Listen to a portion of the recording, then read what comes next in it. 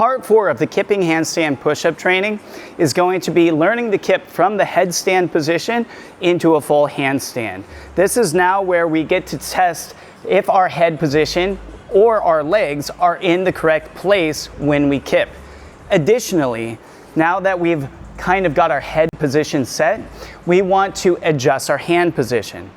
To explain this, I want you to imagine my hands are far away from the wall. If my hands are here, as soon as my head leaves the ground, my body is now supported by my hands. Because my hands are too far in front of me, it's very likely that even if my legs and my body were set in a good kipping position in the headstand, as soon as I leave the ground, the arms push me to the wall. I'm very likely to hit the wall too early.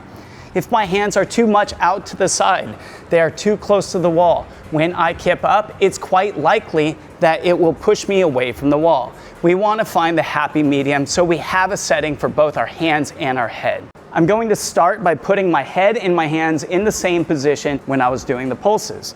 From this position, I'm going to bring my legs down and drive them up. Now, I don't want to push with my hands when I drive my legs up. It's when they reach their higher point and they have all the momentum that they will assist by pulling me up, making the work of my upper body much easier, which is the benefit of kipping in the handstand push-up.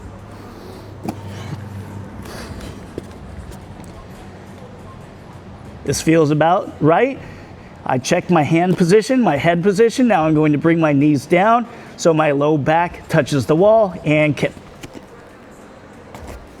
You can see because I had my hands too close to the wall, I fell away from the wall. To make this adjustment, there are two things I can do. I can A, try moving my hands further away from the wall. That makes good sense. But B, my knee position. If my knees are too close together, when I bring them down in the headstand position, the distance of my knee to the wall is quite great. But by separating my knees, basically frogging my knees out to the side, I have more weight leaning toward the wall and less away from the wall. So in the headstand position, even the knee separation that you have can change the way that the handstand push-up goes up. Meaning this, knees together, will shoot me further away from the wall, and wider legs will bring me closer to the wall just because of the weight distribution. But first, I'm going to try moving my hands slightly further away from the wall. I'm in the position, hands are far out, I bring down, I kip, and that felt pretty good. Now, just to show you the example, I can put my hands closer again, legs further out to the side, kip, and stay up against the wall. I do the same thing with my knees together, and it effectively pulls me off the wall. The goal is to reach full extension of the handstand at the moment your feet reach the wall. If I hit the wall early with my feet and my arms are still bent, I have to press against the friction of my feet against the wall plus the weight of my body. This is basically part strict handstand push-up. Here's an example of what we don't want.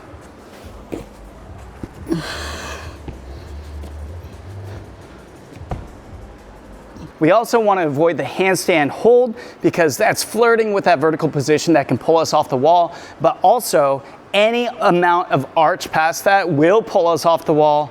Plus, we're holding a handstand for way too long. We don't want to spend our energy doing a freestanding handstand when we've got other work to do. Here's what that would look like.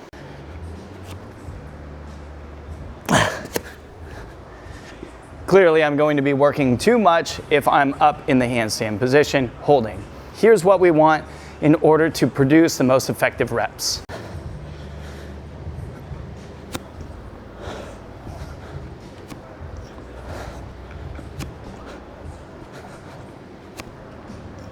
You can see at the moment of full extension, my feet reach the wall, and that is going to limit the amount of time I'm staying upside down, holding a handstand, waiting for the next rep, and it also avoids the extra effort of hitting and pushing against the friction of your shoes against the wall.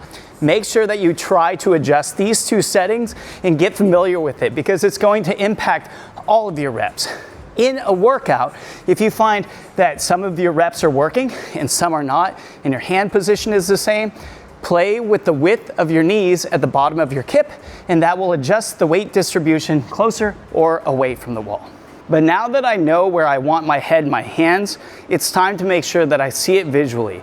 I like to use chalk if it's okay with the gym, and I'm going to place my head and my hands in the position that I think that they should be in, and then make a mark with my hands to leave chalk marks.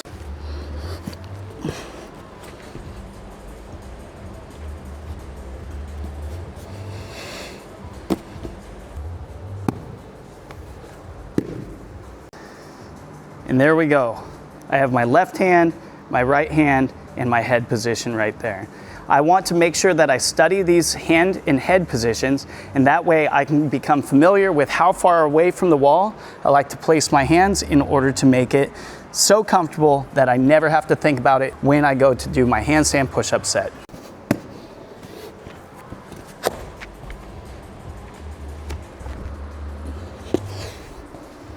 Perfect.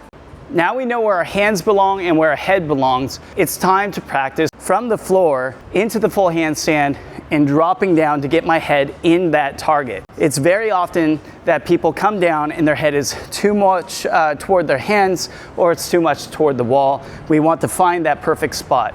By practicing this and looking across the room, you will visually have an understanding of what it looks like when you're coming down into the handstand push-up.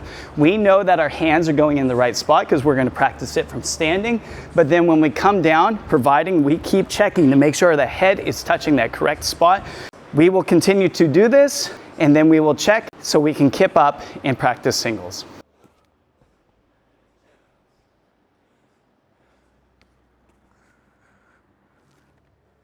Now that I see that my head is landing consistently in the same position, I'm good to go from the standing position into the handstand, come down, and practicing singles. I'm also going to keep aware of what's happening when I kip back up.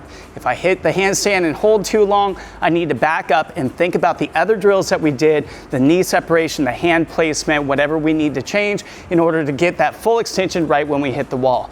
Again, we don't want to hit the wall before we reach full extension, so make these adjustments accordingly. We're going to start into handstand push-up singles with the kip next.